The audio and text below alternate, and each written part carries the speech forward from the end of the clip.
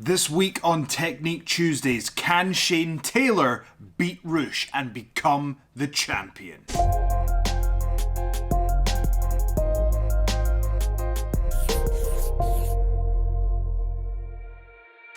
Welcome to Technique Tuesdays. I'm the prestigious one, Joe Hendry, and this week is all about the most prestigious prize in professional wrestling, the Ring of Honor World Championship.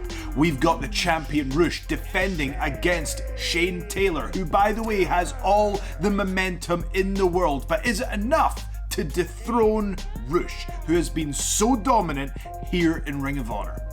As both participants make their way to the ring, you can tell this just has that big fight feel to it. Kenny King, who's also on commentary and a stablemate of Rush, tends not to think so. He thinks that Rush is in better condition than he's ever been in, and he has no weaknesses. Well, we're about to find out. Outstretched hand. Oh, code of honor rejected by Rush. There is no code of honor at the start of the match. Shane Taylor goes for the handshake and Rush kicks it away disrespectfully. Now, this is strategy from Rush. He has always done this. He has never respected the code of honor, and he wants to make that clear right at the start of the match, trying to get in the head of Shane Taylor. Dog. Yep. The rest of that. And that theme continues. When they lock up, they have a quick grappling exchange, and then Rush sprawls on top of Shane Taylor, jumping from side to side, not to inflict damage, but just to be disrespectful. And then when he stands up, a little kick or a push, if you will, with the boot to the head of Shane Taylor. Again, no damage here, just disrespect. Shane Taylor's just going to have to take a back seat. I don't know, man. I don't know. As expected, the match quickly escalates from mind games to physical warfare, and when Shane Taylor is finally able to knock Rush off of his feet, what does Rush do? Rather than take a second to regroup, he's immediately back on his feet and he's on the attack with some vicious strikes for Shane Taylor. That is an effective mental strategy. One slight weakness in his game plan, it might be that complacency, that overconfidence, that showboating, and sometimes when going from move to move, he can take a little too long when he's in control. Just firing off blow after blow. Were you used to seeing these? Wow! Great counter from Shane Taylor. And something else that I want to point out is notice that Shane Taylor returns that little disrespectful kick to the head of Rush. So Shane is feeling confident. It spills to the outside. Okay, now if he drops him on his head. Come on. Oh! God! While Shane is initially in control on the outside, after a quick reversal on the inside of the ring, Rush is back in control and he sends Shane Taylor back to the outside because, as we know, Rush is very powerful. He's at his best when he can use the outside of the ring as a weapon. So we start to see that Shane being thrown into barriers, and as we predicted on last week's Technique Tuesdays, we thought that Rush was going to push the boundaries. He was going to test the referee, and I think this is the occasion where he perhaps pushes the envelope further than ever before. He starts to get arrogant with Todd Sinclair, saying, "You can't disqualify me, I'm the champion. Remember, I'm the champion." It puts Todd in a really tough position, but this time, Todd, in my opinion, asserted his authority perhaps more than before. But it wasn't enough to stop Rush from using those cords, those cables as a weapon against Shane Taylor. This is pushing it right to the edge, and you could understand if Todd wanted to disqualify the matchup, but if he does that, does this just set a precedent where that happens indefinitely from now on? Official decision.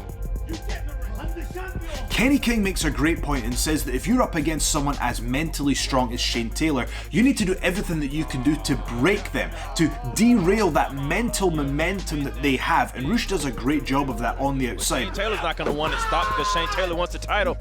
But it's not just that violent approach, pushing the envelope on the rules. Rush also has some impressive techniques as well. Asked my squad to back off Shane Taylor. Everybody else, we're in here doing this plan, all four of us. But I asked the boys to give Shane a fair shot. Wow! Let's take a look at this bypass German suplex. Now, it's called that because Rush is bypassing Shane Taylor, meaning that as Shane is charging towards him, he merely has to step out the way. He can just embrace that momentum, and all he has to do is clasp at the right moment, explode with his hips, and that will nail the German suplex with a fraction of the effort that would have been required if it hadn't been for him hitting the ropes first.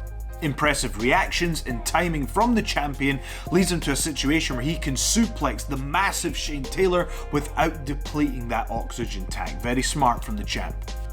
Let's take a look a little later in the match where Shane Taylor seems to have equalized some of the action. There's a brutal exchange of forearms, of punches, of headbutts that is certainly going to take years off your career if you sustain that for any length of time. But watch this as Shane Taylor breaks out of that exchange and he then hits Rush with the package piledriver. Taylor!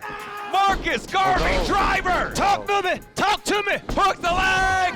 Oh my! Was that even a 1 count? Let's take a look, slow that down, let's take a look at the impact here.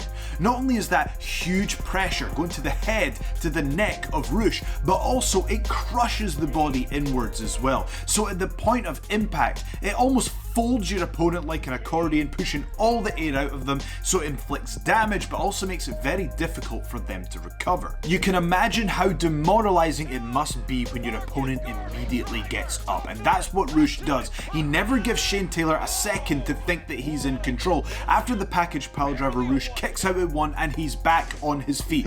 He's a Mexican Super Saiyan. The more you beat this guy up, Oh! That's bad positioning.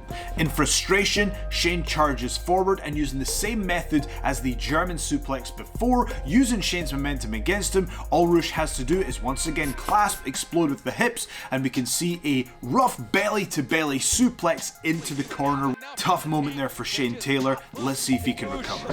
Who smells blood in the water? Shane's got to know what's coming next, though. Oh no! This is when it's bad.